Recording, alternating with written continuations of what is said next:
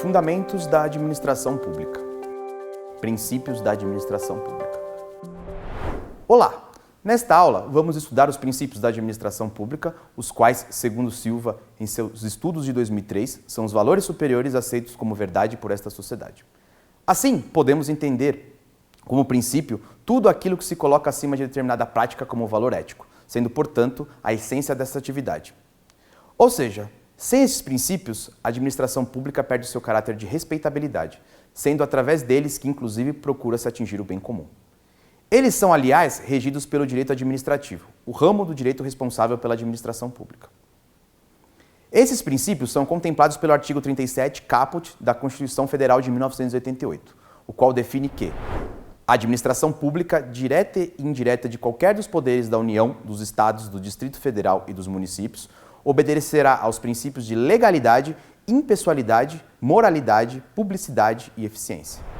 Destacamos também outros dois que podem ser considerados: o da economicidade, disposto no artigo 70 também da Carta Magna, e o da razoabilidade, localizado no artigo 5º, inciso 78 do mesmo documento.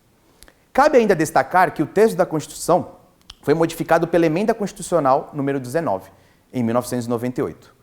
O qual, através da reforma administrativa, introduziu o princípio da eficiência, com o artigo em questão referindo-se tanto à administração pública direta como indireta.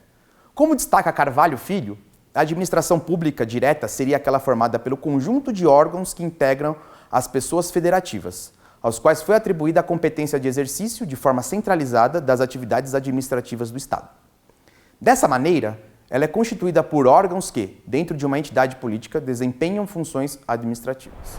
Em suma, a administração direta é formada por órgãos que atuam diretamente como instrumentos de Estado, como os ministérios na União e as secretarias nos estados e municípios. Já a administração pública indireta é formada pelas pessoas administrativas que desempenham atividades administrativas de forma descentralizada. Aqui estão incluídas as autarquias, as fundações públicas, as empresas públicas e as sociedades de economia mista. As entidades de direito público no Brasil são formadas pelos estados, pelo Distrito Federal e pelos municípios. Enquanto a União é a pessoa que representa o Estado brasileiro no direito internacional, ela é apenas mais um dos entes federativos que exercem a administração pública no âmbito interno, podendo também ser listadas, neste quesito, as três que mencionamos anteriormente.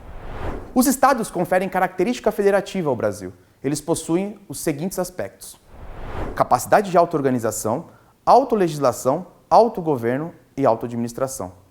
A separação, ou secessão, é vedada. O chefe do poder executivo é o governador.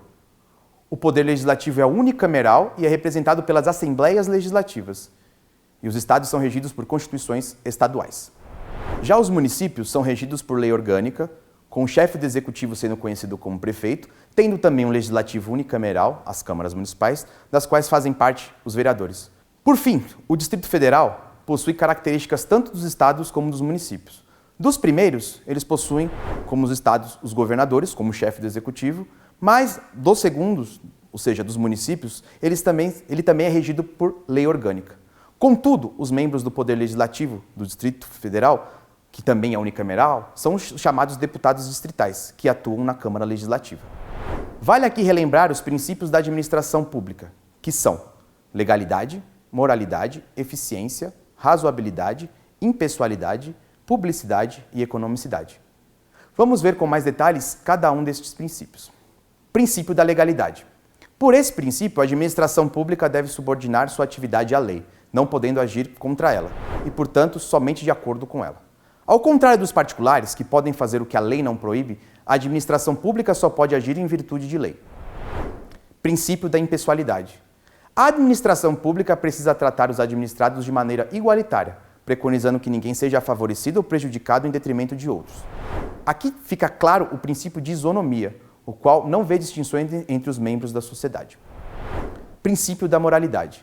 O administrador precisa atuar de acordo com preceitos éticos, sendo a visão acerca da ética objetiva, ou seja, aquela que a sociedade como um todo considera adequada. Princípio da publicidade. Aqui existe um caráter dual. Ele tanto se vale da exigência de publicação de um ato administrativo, levando ao conhecimento de todos, mas também se pauta pela transparência, trazendo à tona tudo o que é feito na administração, procurando evitar o predomínio do privado em detrimento do público. Princípio da eficiência. Esse princípio surge através da Emenda Constitucional número 19, de 1998, e está relacionado, como apresenta Carvalho Filho, à qualidade do serviço prestado.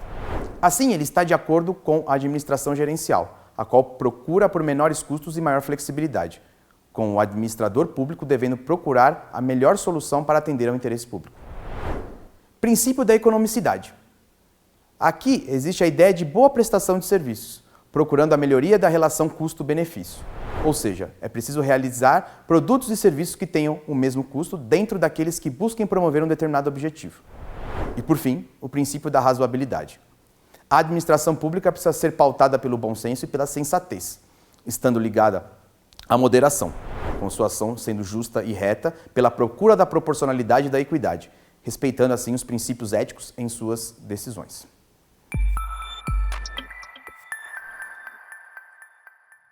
Quero recomendar para você a leitura do livro Os Avanços da Reforma na Administração Pública, 1995 a 1998. Este livro ilustra bem o passo a passo dado após a reforma gerencial brasileira. Sua leitura é importante para que fique mais compreensível a implementação da dinâmica do princípio da eficiência na administração pública brasileira.